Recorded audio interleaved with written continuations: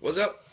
This is TEMPO-MAXX. Going on to question number 2, or topic number 2, the uniqueness of uh, G-style waves and all that stuff. Now, before we get into all that stuff, I'm not going to be going into and delving into the whole G-style thing. I've already explained that in the videos I've put in the past couple months ago. So I don't really want to go back into that. It's not really important. It is important as far as where my history goes and comes from, but as far as always talking about it, always talking about it, gotta move past that. So the way I'm going to be answering this is simply like this. Uh, I don't always use G-style waves. I know it seems like that, but I don't. A lot of the stuff may have come from that way of thinking back then, but thereafter, going up to probably 2010, it stops there. Mainly because of my disassociation with the group and going through personal problems, and I try to just go out there and try new things and new inspirations and things like that. Um, Now, when it comes to me learning and the usage of all types of waves or styles to complement those waves, I definitely did my history as far as what the moves come from, where these styles come from, who have or may not have created this style, or what were they thinking, what were they trying to do, what were they trying to accomplish, what music was out at the time. I try to do it like that.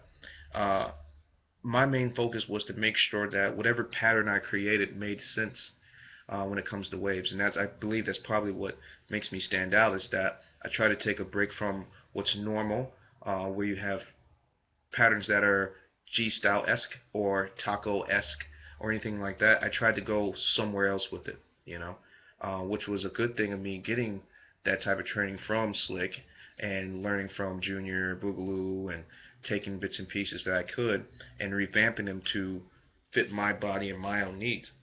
So uh, I just revamped a lot of old things I used to do back in like the 90s, that I just didn't do anymore, or I just couldn't achieve, or just didn't look as good, and I just used that through the ages to switch around and make it more fresh, you know. Um, it's very easy to create when it comes to waves. You just have to take your time. What I do is that I'll sit there and just think. I might have music on, I'll be watching TV or playing my video games or something, and I'm literally going through different scenarios or going through different patterns in my head. I'll just stop what I'm doing and I'll just hit the pattern a couple times and I'll go back to thinking about it.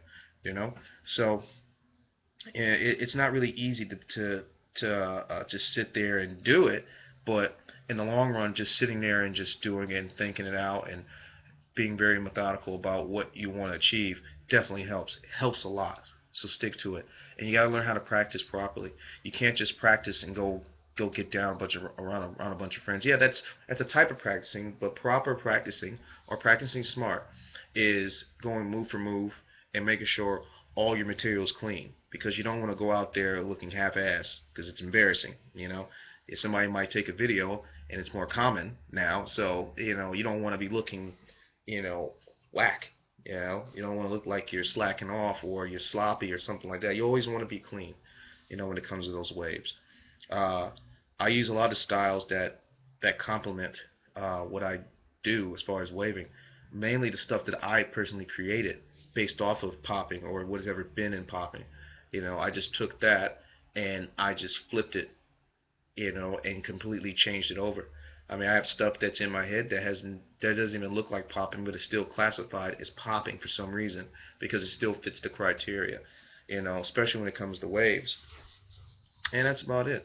So when it comes to waves, guys, out there in TV land, practice, practice, practice. Take your time. Learn how to control them. Don't be too loose. You want to have a certain amount of stiffness so you can control where the wave is going, and make sure that everybody can track it properly. You don't want to cover when you're doing a trace wave. You don't want to cover too much. You want to make sure that if you're going to do a trace wave or zip wave or whatever you want to call it, that people can actually see what you're doing. You want everything in line of sight, so there is no cheating. That's about it. Win.